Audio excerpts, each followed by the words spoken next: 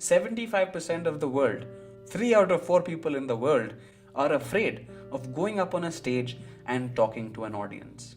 If you're priding yourself and patting yourself on the back saying that I'm not afraid of speaking on stage, then you are in the minority. So why is it that even though people are afraid of speaking on stage, they don't do anything to overcome that fear? Because it's just not something that they need to worry about often enough. Public speaking is a low frequency activity for most people. It doesn't happen every single day. Instead, something that we should be focusing our energy and attention more on is being persuasive in day-to-day conversations. We mistakenly view each of these conversations and interactions as just a meeting, just a call, just an email. Each one of these conversations can be an opportunity. Subconsciously, all of us are prone to judging the people we talk to, and you are also being judged. You are judged every single day by your peers and co-workers about the clarity of your thinking and the quality of your communication.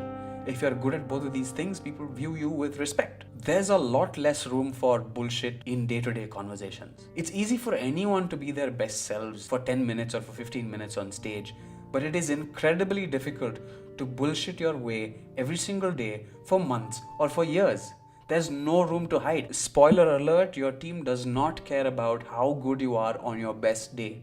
Your team only cares about how you are on your average day. There's a quote that I read which is, be consistently good, not sporadically great. In this video, I also want to share the 3 tactics or methods that have helped me become a more persuasive communicator at work. The first one is to communicate and contribute in team meetings. Now, team meetings can be that boring, life-sucking, dreary activity that we just have to participate in and we don't have any option. It doesn't have to be that anymore. It can be that event where you can actively contribute and make it a breeding ground for opportunities. Speaking up in meetings can be a great way to display your clarity in thinking to many people at once. But I get it. It doesn't come easily to a lot of us, and especially if you're an introvert, this can seem like a very challenging task. An easy alternative if you're an introvert is to use the chat. The chat is your friend. If you don't like to interrupt somebody else and speak up, use your chat. That way you're still getting your ideas out. And most people will see that chat and invite you to jump in, and that just makes life easier instead of raising your hand and volunteering to speak up. A second way to practice speaking up is to get an accountability buddy. I am an accountability buddy to other people. What I do in meetings is, if my friends are not speaking up, if I see that my friends are not contributing, I just gently nudge them and say, hey, why don't you chime in? This is a topic of your interest, or this is a project that you're working on. I think you should say something.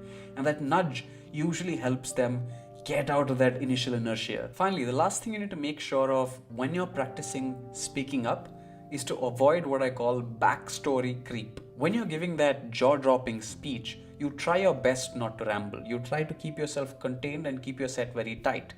Why then do we let ourselves ramble in day-to-day conversations?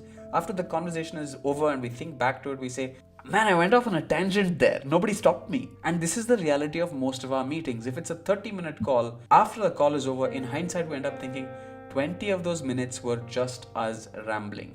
These are my 3 high-value suggestions that have really helped me out, that have changed my game when it comes to communicating at work. If you're doing most of these things, then you're already in the top 10%. But if not, you can use this as a nudge to start practicing some of these things at work. Be more vocal at work.